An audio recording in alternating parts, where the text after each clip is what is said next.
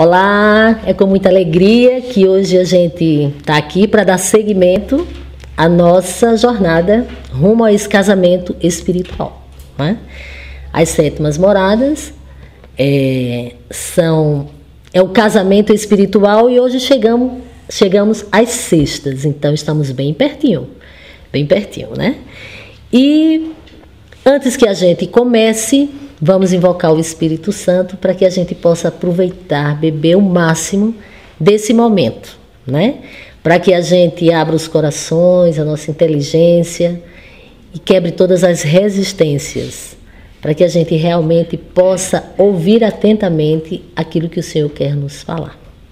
Vinde, Espírito Santo, enchei os corações dos vossos fiéis e acendei neles o fogo do vosso amor.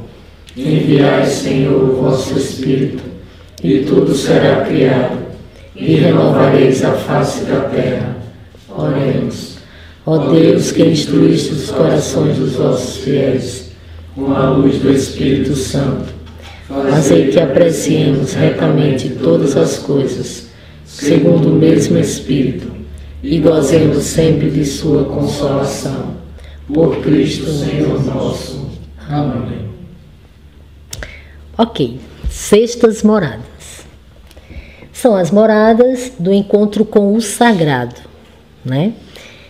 Eu falei para vocês que as quintas moradas era um namoro.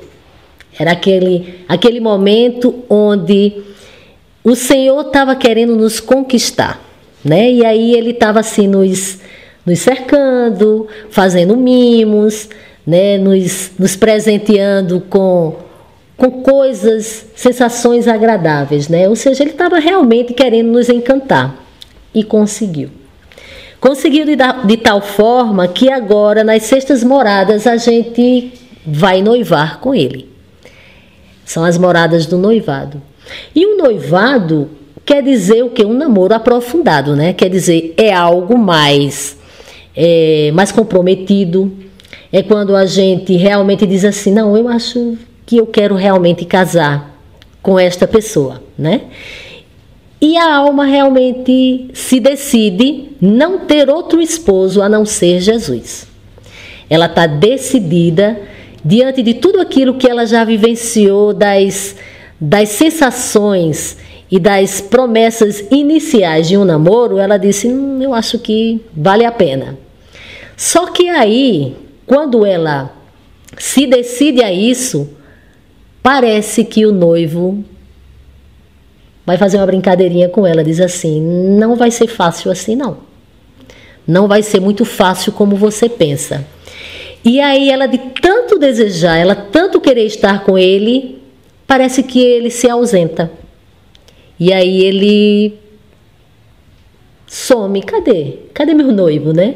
Cadê aquela pessoa que tanto me atraiu, que tanto me prometeu e agora de repente parece que me deixou, né? E aí começa o grande martírio das sextas moradas. São as moradas onde Santa Teresa mesmo vai dizer que é o purgatório na terra. Ou seja, tamanho sofrimento se passa a alma nesta morada. E são sofrimentos da ordem física, né?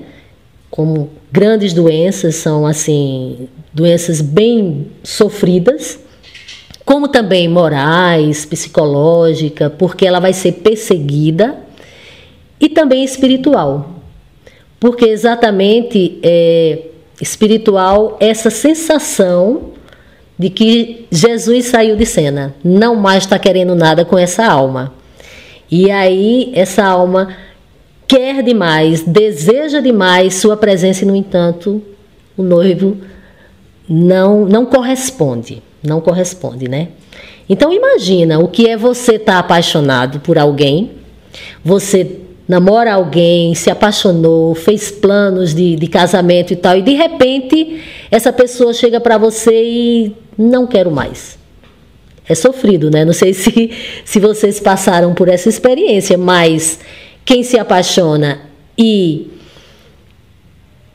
perde, né? Ou essa pessoa não corresponde a esse amor, é sofrido. Então, é dessa forma que a alma em sexta morada ela vai se sentir. Ela deseja, ela ama demais a Jesus, mas parece que o amado não está querendo nada com ela. Mas por que será que Jesus age dessa forma, né? Ele não é tão bom, ele só não quer o nosso bem? Por que ele age dessa forma? Ele age dessa forma exatamente porque ele está querendo treinar essa alma, preparar essa alma para algo maior. Porque não se chega ao céu sem passar pelo purgatório.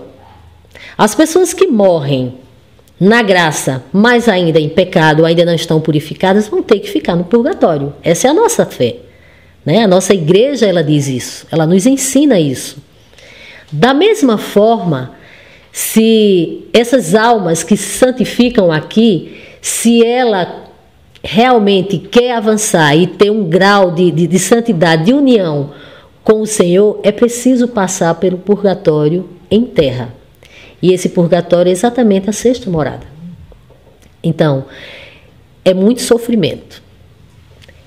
Não é toda alma, não é toda pessoa que vai suportar isso, né? Mas ao mesmo tempo que esse sofrimento é grande e essa dor é grande, o Senhor também dá todos os elementos que te faz ser capaz de suportar essa dor. De tal forma que essa dor chega a ser prazerosa, né? Ela chega a ser gostosa. Dói é a ferida da alma, que São João da Cruz falava, né? É aquela coisa que lá dentro queima, que dói, mas ao mesmo tempo é gostosa. A alma sente mais e mais vontade de chegar mais perto, mais e mais vontade de estar com ele, apesar de toda a dor, né? Então, o texto fundante agora é Lucas 15, 11 e 32, o filho pródigo. Não mais o que a gente viu lá nas segundas moradas, né? Nas segundas moradas é o mesmo texto, porém, a alma na segunda morada, ela se viu e se percebeu como pecadora, não ama, né? Vivendo numa situação de pecado onde ela se decidiu sair daquela situação. Aqui o texto já não é mais nesse contexto, né? Nessa situação, mas sim se perceber tão pecador no abraço do Pai. Quando o Pai abraça, né? Quando nós tivermos essa possibilidade, né? Depois de nossa morte, de receber o abraço do Pai, esse abraço é muito sofrido. Por quê? Porque é de tal forma claro para essa alma o quanto ela não amou quem tanto amou a ela. Então, a dor que a alma sente é exatamente não ter correspondido do tamanho que foi amado. É ter ofendido a Deus. Então, isso é que faz sofrer a alma. As sextas moradas, Santa Teresa de Ávila, ela vai dizer isso, porque com muita clareza, mais e mais vai ficando consciente para ela, através das experiências místicas que ela tem, essa consciência de que o amor de Deus é muito grande, a minha miséria é muito grande e o que dói em mim é não ter correspondido a esse amor. Então, ela também vai dizer que nem todas as pessoas na vida espiritual irão passar por estas experiências.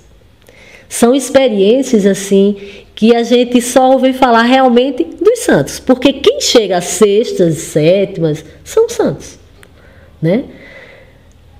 Poderemos chegar lá? Talvez, se trabalharmos muito, se quisermos muito, né?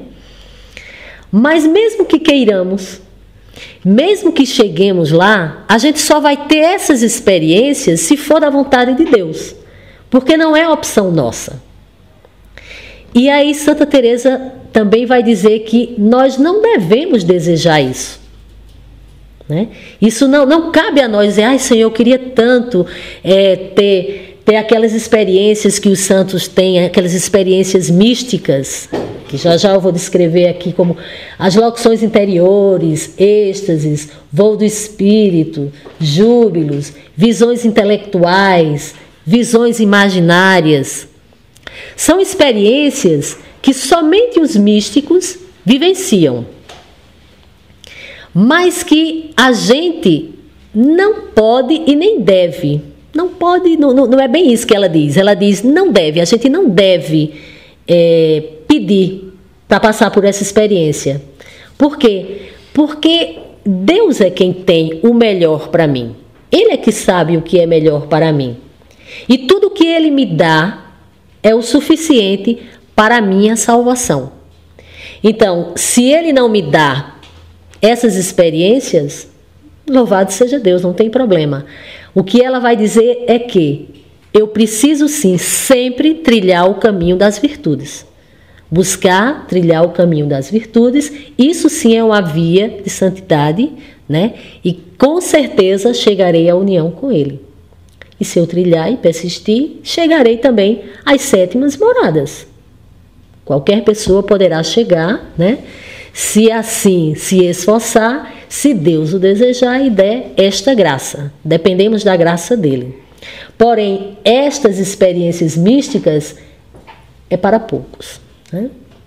Então, a alma entende a grandeza de Deus. A vontade e a inteligência agora pertencem a Ele. Veja como que agora Ele é meu dono. Ele faz de mim o que eu quero. Eu desejo tanto, eu queria tanto estar com Ele. Ele se ausenta e eu não posso fazer nada. Eu fico ali só sofrendo, né? Aquela aridez, é a noite escura da alma que São João da Cruz falava. É essa aridez. É a sensação de que eu amo tanto, eu desejo tanto, eu quero tanto e, no entanto, ele não me quer. Então, isso faz doer muito a alma, né? E qual é o remédio para isso? Santa Teresa de Ávila vai dizer, você não tem muito o que fazer.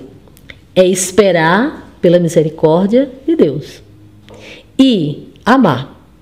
E por que será que ele faz isso, né? Porque ele deixa que a alma sofra, ou através dessas experiências místicas, porque também há sofrimento, apesar das experiências místicas, também há momentos de aridez, e muito mais essas pessoas que sofrem eternamente, né? Assim, não tem experiência mística nenhuma, essas sofrem muito mais. Por que será que ele faz isso? Ele quer capacitar essa alma para um amor perfeito. Não pode se chegar a Deus, não pode se casar sem um amor perfeito. Quando a gente namora, né? A não ser numa imaturidade muito grande, né? Mas se a gente já tiver um nível de consciência um pouco maduro, a gente busca um companheiro, uma companheira que, ainda que seja distorcido ao nosso olhar, mas a gente pensa que é a pessoa perfeita, não é isso? É a pessoa perfeita para eu viver, para a gente construir uma história juntos, não é assim? Então imagina, é um casamento espiritual. O noivo, ele não quer qualquer noiva, ele quer uma noiva perfeita. E essa perfeição, ela precisa passar por uma purificação. O ouro é provado no cadinho do fogo, não é assim? O ouro, a prata. Você acha que o mineiro está lá, extrai aquela pepita de ouro, aquele pedaço de ouro lá e está pronto? Ou ele não vai trabalhar aquela peça? Ele tem que purificar, né? Ele coloca ali no ouro, no fogo, e aquilo ali vai queimando as impurezas até que fique tão somente o ouro purificado.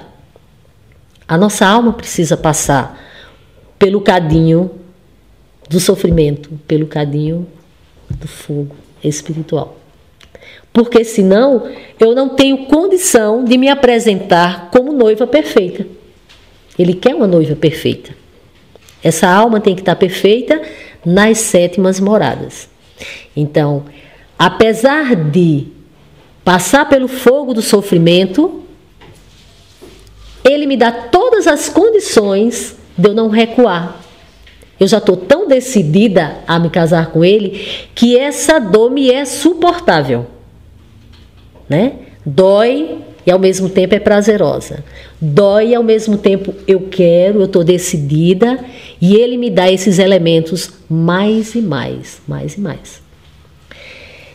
Então, Deus adormece os sentidos da alma para promover esse encontro. E esta não mais vê, não escuta e não sente o exterior, mas está atenta interiormente. Isso aqui é uma descrição de Santa Teresa, quando ela vai descrevendo aqui essas experiências místicas, né? Que nem todos irão passar. Mas aí é como que ela descrevendo, porque desde o início esse livro é uma descrição da sua trajetória, uma experiência de vida dela, né? Mas é muito fácil trilhar primeiras, segundas e terceiras moradas, até quartas, de repente, qualquer um, né? Agora, quintas, sextas e sétimas, e por isso que é muito difícil falar, ela diz isso, né, no livro, que é muito difícil falar, discorrer a respeito desse assunto, porque são coisas experienciais, né? São coisas que realmente, assim, você experimenta e é difícil até de você dizer em palavras aquilo que experimentou.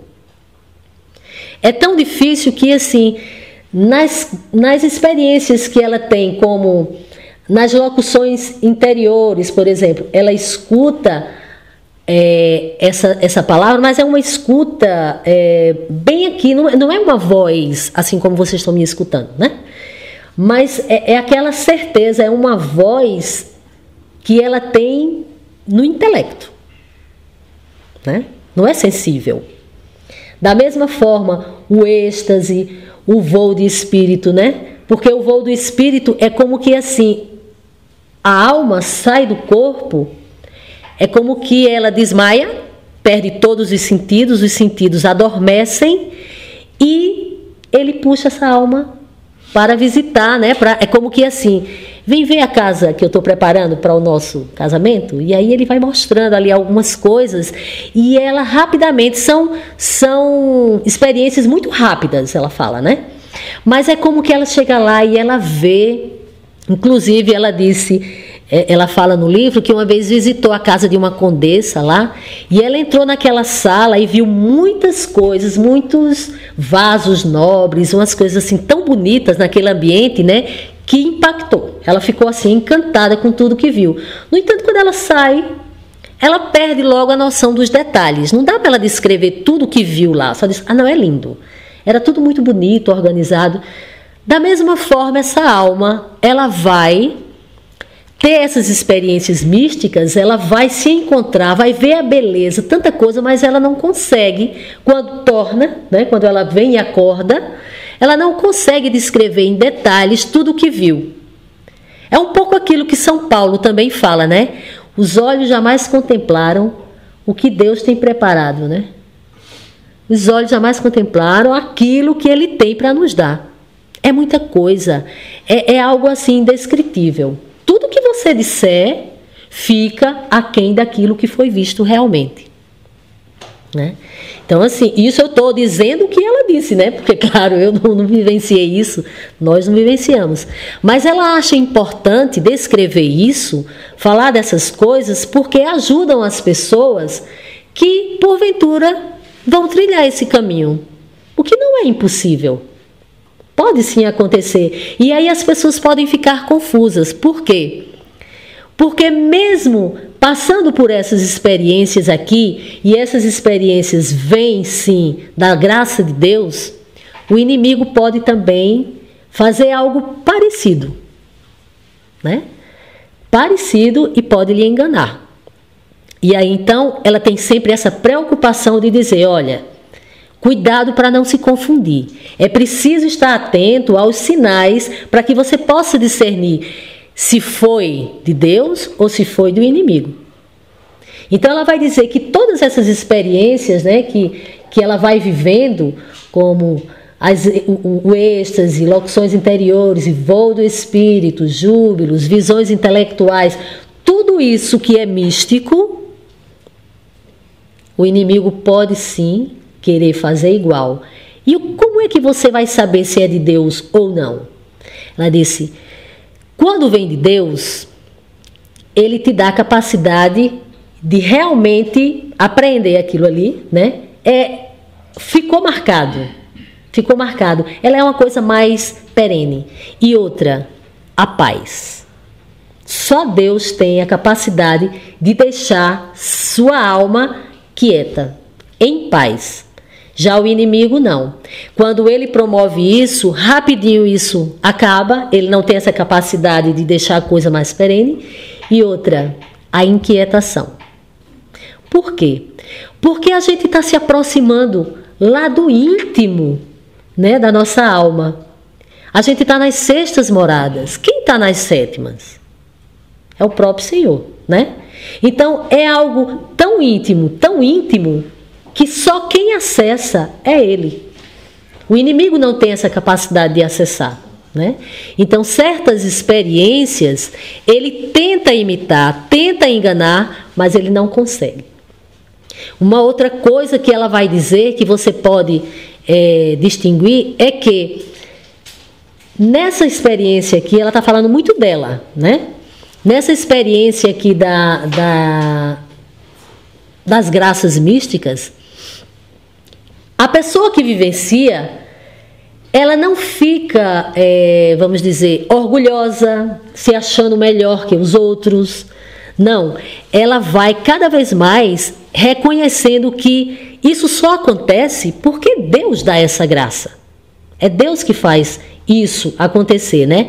Então, se vem de Deus a humildade, ela não quer nem que as pessoas percebam, que as pessoas saibam, ela não sai falando para ninguém. Aliás, ela até tem vergonha às vezes, em determinadas situações, né? Alguns santos tinham vergonha de levitar. Ela não gostava disso. É aquele São José isso. Ele morria de vergonha, né? E ele levitava assim 2, 3 metros, né? Diz que só em olhar um crucifixo, uma imagem, qualquer ícone que ele visse assim, que lembrasse, ele levitava, e ele não gostava disso. Então, tamanha humildade e assim, a estranheza que causa também as outras pessoas, né? Primeiro porque quando você está vivenciando essas coisas,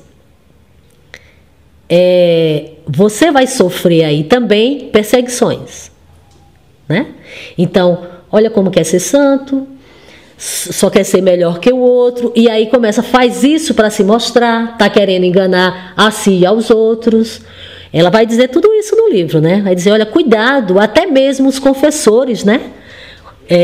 Diziam para ela, se você continuar com isso, você pode até ir para o inferno. E a alma fica muito confusa, e ela ficava confusa, né? Será que isso vem de Deus ou vem do inimigo? Até que quando ela conseguiu ter São João da Cruz como seu confessor, né? Então isso foi para ela um alento, né? E ela conseguiu trilhar aqui de forma mais, vamos dizer, mais tranquila. Mas ainda assim, ela vai dizer sempre, cuidado, o inimigo aqui quer confundir. Então, o inimigo sempre vai deixar você orgulhoso, vaidoso, se achando melhor. Sentimento que vem de Deus não é esse, é humildade, né? Então, ficar atento a essas coisas. Se um dia a gente passar por isso, né? Muito difícil, mas ela já vai deixando aí a receitinha, né? Mas e as pessoas que não passam por isso?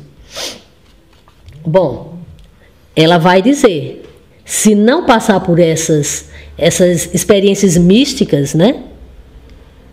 Se una nele no sofrimento, no amor. Porque nessas sextas moradas ele está te capacitando para amar.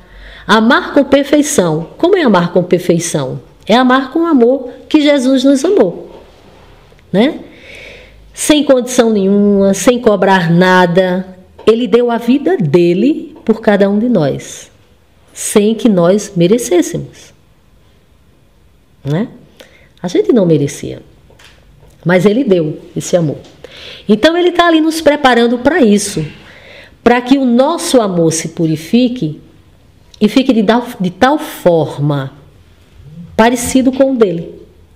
Porque a gente, sim, quando chegar lá nas sétimas moradas, a gente vai se confundir. Agora as pessoas vão olhar para a gente e dizer, meu Deus, é ela, é ele ou é Jesus? Eu não estou conseguindo perceber, né? É o que São Paulo falava. É Cristo que vive em mim. Já não sou eu que vivo, é Cristo que vive em mim. Então, esse é o trabalho, é o caminho do qual uma alma está trilhando para chegar a esse ponto, né? Mas em sextas moradas, então é isso, é o amar. Então, Santa Teresa, ela vai dizer assim, cuidado, mas o amor é tudo. E interessante que ela vai usar sempre os símbolos, né? Ela vai usar aqui os símbolos lá naquelas experiências místicas para dizer que, assim, eu não tenho mais controle de mim mesma. Então, ela usa o assovio do pastor, né? Quando o pastor está ali pastoreando suas ovelhas, que ele assovia, as ovelhas reconhecem, né? E vêm e atendem ao chamado. Então, o Senhor aqui nos chama, é como que o assobio. E aí todas as nossas potências, elas adormecem como que só para escutar a voz do Senhor, né? Ela também vai usar aqui um outro símbolo, que é a palha. A palha, veja que a palha, imagina aí uma palha de milho, uma palha de qualquer coisa que seja, ela é muito leve, ela não tem peso, né? E um vento que vem, ela vai ao sabor da direção do vento, não é isso? É o que acontece com quem levita, né? Quem tem o voo que ela tem. Eu não sou dono de mim. A atração é tamanha, eu já estou tão para ele, né? Por que é que os santos levitam? Porque as coisas que me puxam para baixo já não tem mais força. O que eu quero está lá em cima. Então, quando eu me entrego, quando eu realmente quero, e aí ele dá essa graça, vai tudo lá para cima. Corpo, tudo sobe, né? Tamanho é essa atração, essa união para as coisas do alto. E também outro símbolo, a barca do oceano, né? Bem aquela música de Padre Jonas, né? Que diz, o barco está em alto mar, não tem mais como voltar. Você já se adiantou tanto, você está nas sextas moradas, que agora eu estou à mercê do vento dele. Senhor, me direciona, me leva para onde o Senhor quer, né? Então, tudo aquilo que antes existia de medo do inferno, medo da morte, sabe, aqui passou. Por quê? Ela aqui nas sextas moradas, essa alma, ela já está assim querendo viver, ela busca tanto a presença dele, aquilo que experimentou na quinta, que ela deseja até a morte, porque ela sabe que só vai sentir isso mesmo com ele, quando estiver com ele. Então, vem até ânsia de morte, né?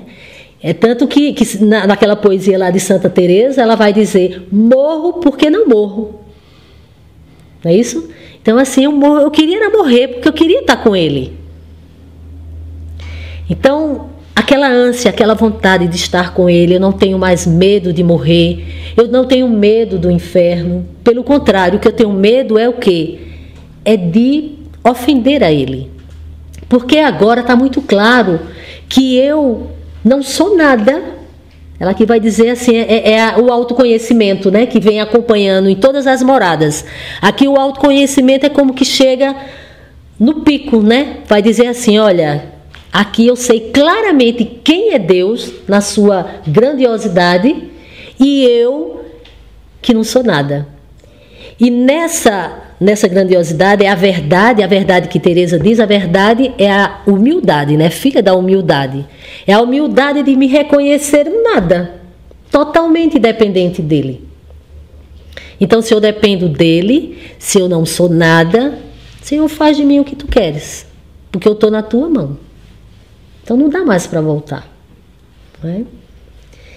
Ela também usa a lembrança da viagem, aquilo que eu falei que ela foi naquela casa da Condessa, né? Que ela entrou e ela viu naquela sala muitos vasos bonitos, muitas coisas bem arrumadas e organizadas, mas logo que sai, fica só na memória, no íntimo dela, ela não vê os detalhes. E quando ela fala muito também da lembrança da viagem, é que quando você viaja, a gente costuma viajar e às vezes trazer umas lembrancinhas, né? Para quem a gente gosta. Pronto, eu trouxe para você isso aqui, um chaveirinho e tal, pronto. É como que ela viajou, ele levou ela para o espaço, um pedacinho, vem cá, vem ver como é que é aqui o céu, a casa que você vai morar comigo depois do casamento. E aí ele vai e mostra como que assim, entrega para ela como é que chama? Um estojo, né? Um estojo, onde ela sabe que dentro daquele estojo existe uma pérola. Algo muito valioso, né? Somos nós, como São Paulo diz, né? Nós somos um vaso de barro com... Como é que ele fala? Jesus não habita em nós? Não é aquele tesouro dentro de nós, dentro de um vaso de barro? Então, ela vai também nessa viagem e ela recebe como que... Isso tudo é intelectualmente, né? Ela não chega a nada físico, é intelectualmente. Ela vai entendendo, vai percebendo essas coisas. E esse estojo, ela sabe que Jesus está ali, a pérola está dentro. Mas ela não viu, ela só sabe, ela sente.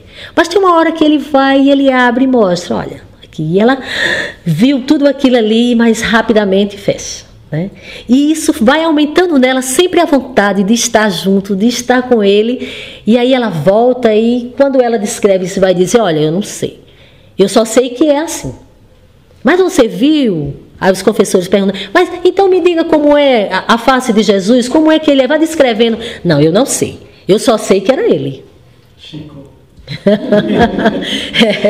Eu só sei que era ele, né? Porque ela não via com os olhos humanos, com os olhos naturais, a visão natural, mas é a visão intelectual. Então é aquela certeza interna de que eu vi, eu sei que é ele, tá ali e tal, mas não me peça detalhes que eu não sei dizer, mas que era ela. Era ele sim. Então, o que vai acontecer? Deus vai nos proporcionando dessa forma esses pequenos experimentos, essas coisas, para que a gente vá cada vez mais se apaixonando, desejando mais e mais, para que a gente vá dar esse sim nesse casamento lá nas 7ª moradas, né?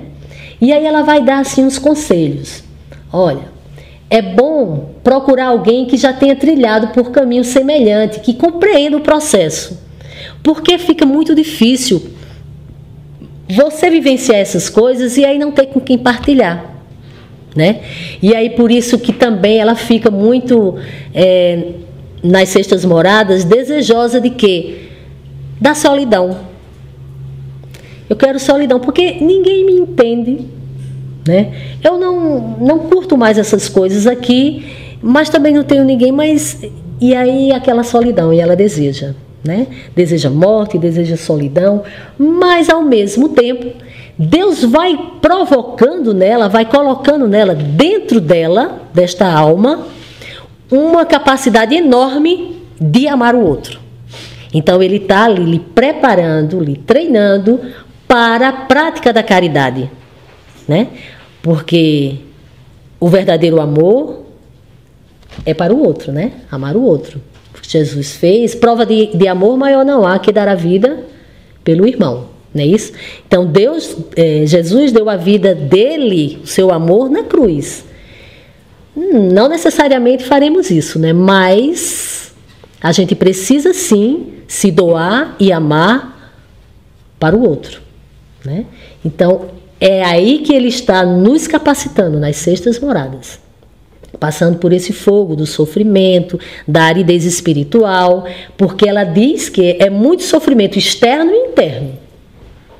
É a grande prova, né? Se a gente pensa que lá nas 3ª moradas, quando eu perdi alguém querido, quando eu fali na minha empresa, quando alguém me difamou, não é nada. Isso aí doeu, mas doeu aqui. As 6ª moradas dói na alma. Dói na alma. Então é uma prova muito maior. Mas Deus vai te concedendo, tamanho ele vai vendo que você vai passando, você vai ser merecedor de um passo a mais.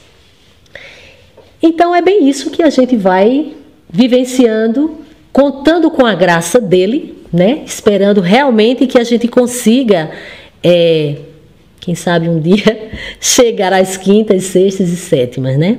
Mas se não, que a gente se contente a viver, ainda que até terceiras e quartas, sempre em busca das virtudes, em busca de vivenciar a fé, a esperança e a caridade, e buscar ser, sim, uma pessoa melhor, porque Ele nos ama, nos capacita e nos dá tudo aquilo que necessitamos para nos salvar. Só precisamos ficar atentos e acolher, sem questionar, mas de coração agradecidos e abertos, né? Que o Senhor faz a obra acontecer quando a gente deixa. E que, então, a gente vai parando por aqui, nas sextas moradas, e próximos capítulos, as sétimas moradas, o casamento.